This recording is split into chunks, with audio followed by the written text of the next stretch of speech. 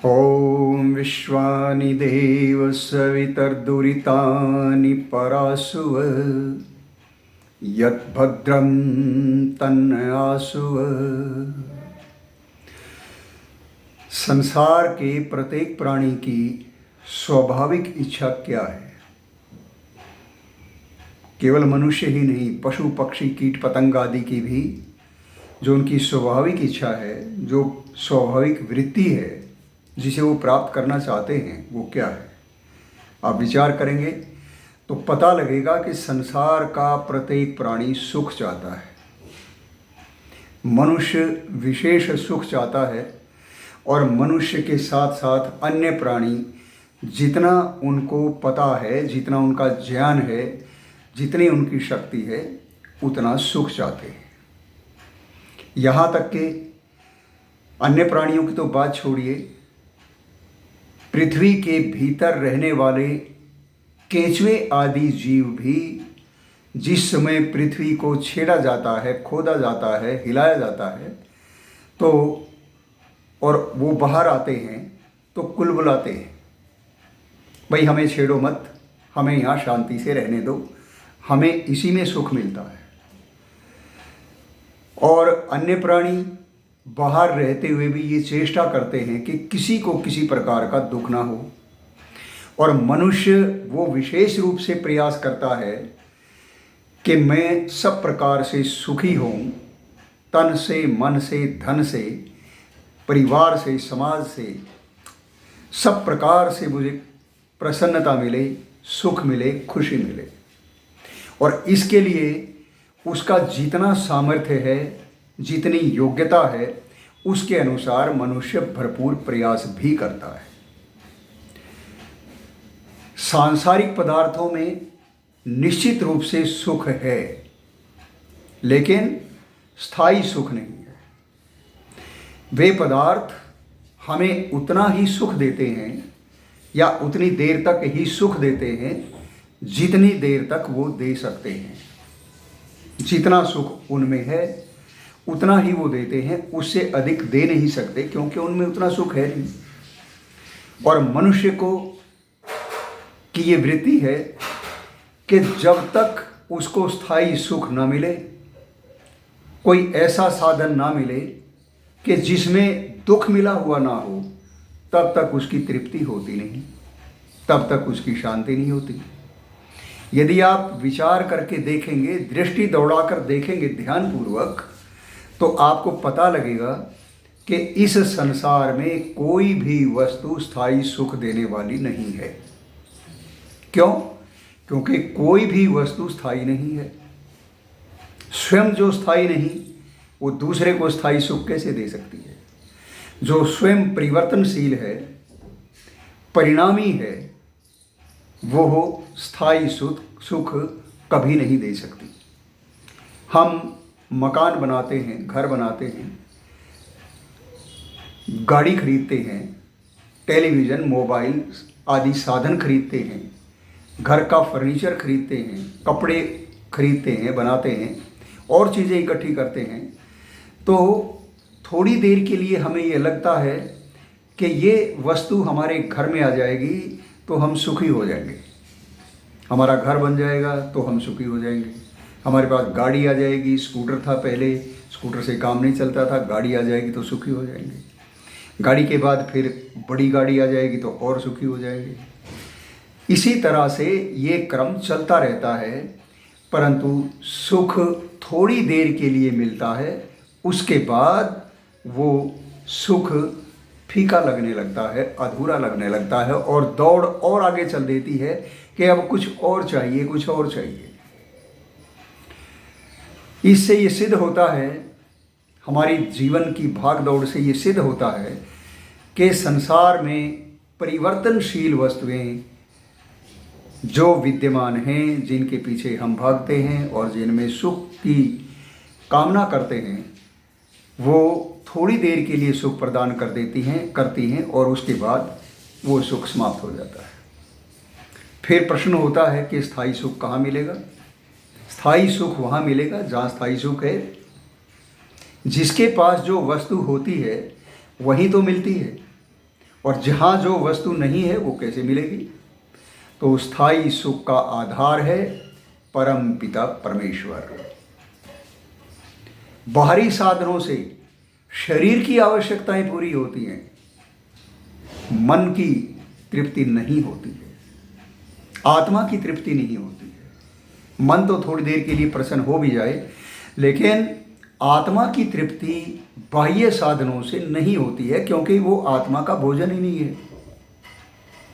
आत्मा को जब तक भोजन नहीं मिलेगा तब तक बाह्य साधनों से प्राप्त होने वाला सुख आत्मा को कभी भी प्रसन्न नहीं रख सकता, कभी भी स्थायी सुख नहीं दे सकता।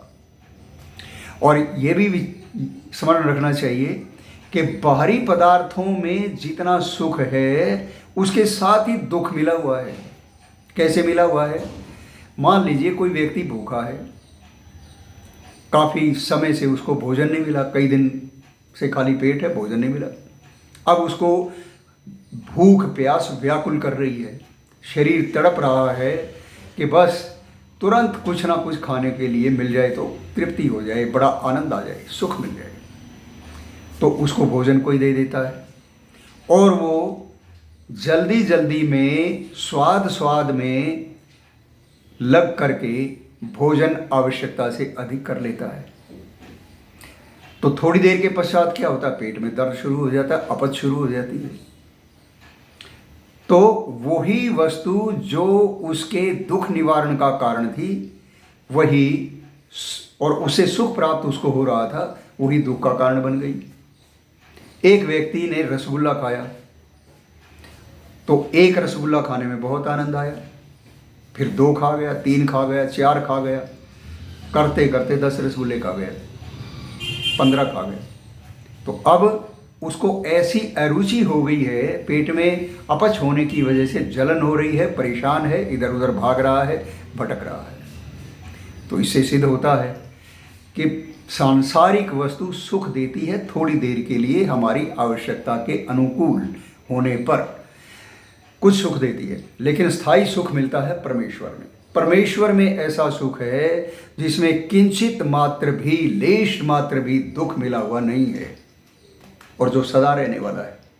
परंतु कितने आश्चर्य की बात है कि हम कभी भी ईश्वर की ओर चलते नहीं, कभी भी उसकी ओर ध्यान नहीं देते। अच्छा, आप तनिक इस बात पर चिंतन कीजिए कि जितना प्रयास हम सांसारिक धन को कमा करके सांसारिक साधनों को इकट्ठा करने के लिए जितना पुरुषार्थ करते हैं, जितनी मेहनत करते हैं, जितना तप करते हैं, उसका किंचित मात्र भी क्या परमेश्वर की ओर चलने के लिए करते हैं?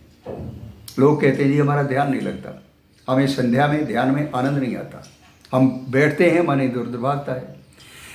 तो ऐसे लोगों से मैं अक्सर ये कहा करता हूँ कि भाई आप मन को पकड़ना नहीं सीखे, आपने मन को भगोड़ा बना दिया, तो अब वो टिकेगा कैसे?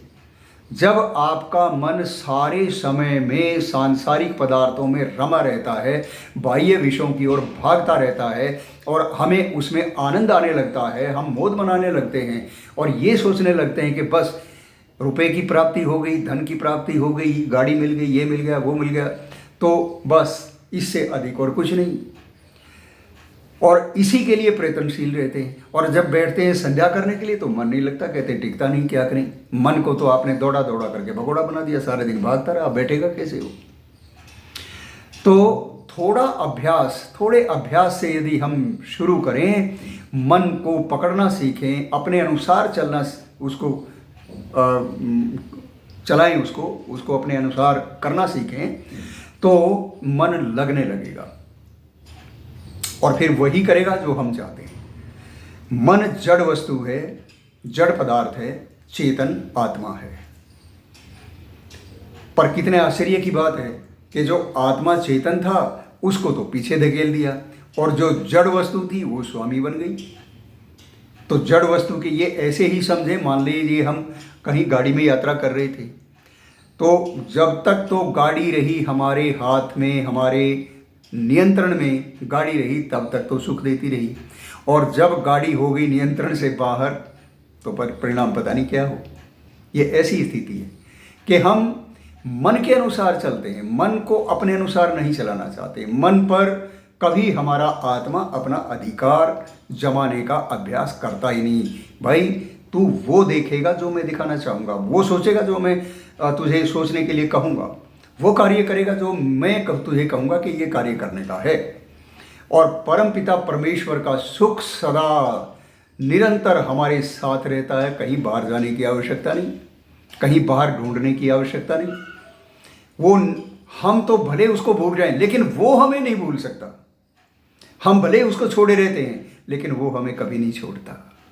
भयंकर से भयंकर दुख के क्षण हो या प्रसन्नता के आह्लादक क्षण हो, ईश्वर हमारा साथ, हमारा जो सानिध्य है कभी नहीं छोड़ता। वो हमें सदैव अपनी गोद में रखता। अरे कभी तो ये इसको समझ आएगी, कभी तो मेरे पास बैठने का प्रयास करेगा।